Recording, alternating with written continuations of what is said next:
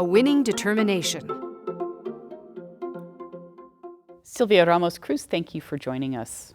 Thank you very much for inviting me. What were women up against in gaining an equal vote? Oh, it was a long struggle. It took 72 years from start to finish in 1920. And really, it was one, that they didn't have the organizations way at the beginning. Mm-hmm. Two, I think suffrage took off when they joined the women's clubs movement, because they had the membership in all the states. And they had then to overcome ridicule at the beginning. You know, how could women be interested in voting? Are they smart enough to do so? Why do they want to do something that's a dirty job like politics? They were sometimes incarcerated, especially when they started picketing in Washington, D.C. They were dragged off to jail, sometimes beaten there.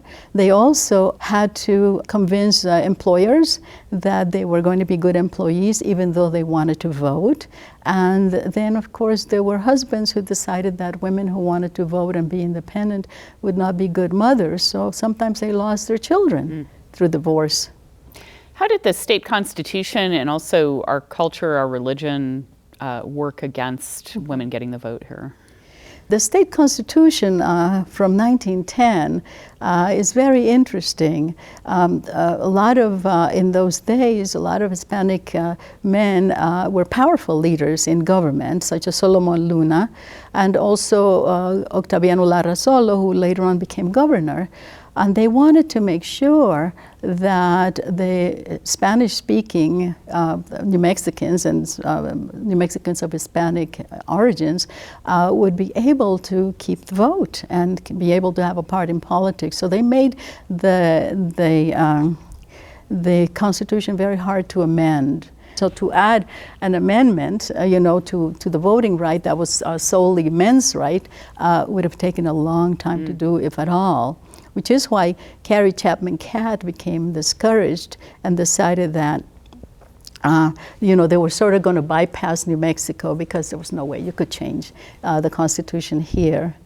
Which of course then led to Alice Paul thinking of it as a federal amendment, thinking, no, we can still do it because the people there, if the women work to change the vote of their members in Congress, then that will get us a federal amendment. So it was two different kinds of strategies. Even though the women's clubs became active here, they tended to be mostly Anglo women. That is true.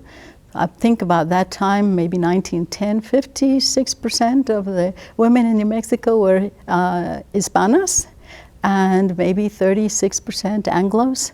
And yet the women in the women's club movement were primarily white women, Anglo women.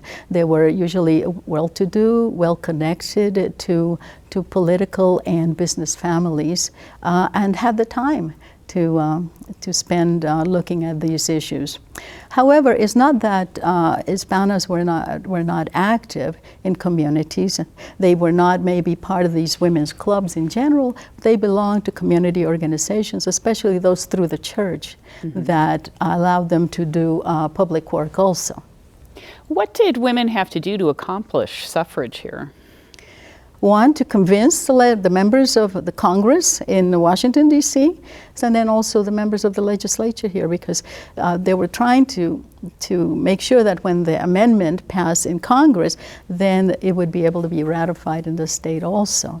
And to do that, they had to write letters. So they had like avalanches of letters going to legislators.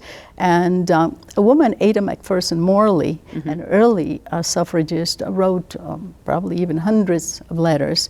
And then they had to go and speak directly with the senators. For example, when in 1915 there was a deputation of about 150 suffragists that went to speak to Senator Catron, who was then in the Senate, but he was here in New Mexico. And the women went, and 4 of them spoke at his home, one of them being Aurora Lucero, who was actually a niece of Solomon Luna and cousin of Nina Otero Warren. and daughter of the first Secretary of State of New Mexico. And she was a very skilled orator. So these women came and they made their case before the senator. And his answer was one, that he was not in favor of women's suffrage, that man had always been the hardy one, women have been the weaker ones, that men have always been the workers and providers, and women have been the ones to be the childbearers. And so that he thought it would not work very well for women to get the vote because they had different roles. You mentioned Nina Otero Warren. Yes. She played a key role in bringing Hispanos women into this movement. Yes, that is right. She was a New Mexican woman already in her mid-30s when Alice Paul, through the Congressional Union, recruited her to work for suffrage in the state. Alice Paul recognized, and many other suffragists I'm sure, that you needed to involve the Spanish-speaking women, the Spanish-speaking population. Actually, they not only wanted the women, they wanted to really make sure that men came over and voted for suffrage. Nina became very influential, and she led the Congressional Union for a while here. She was also a member of the Women's Club in Santa Fe, and she was also a member of a separate suffrage organization. So she had different roles, but all of them geared towards getting women the vote here. Why is it important to look at this history now? Well, history is important because it teaches us what happened in the past, and it sometimes gives us the tools to work towards the future. Not only the tools that we can use, but also the tools that we shouldn't use.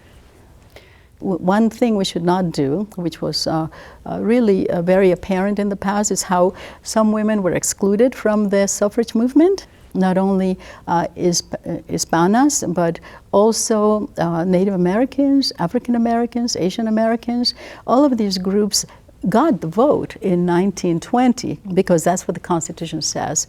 But de facto, they were not able to exercise that right to vote. So had they been pulled into the movement, I think that would have brought about a more diverse and egalitarian kind of an environment for women in which to vote.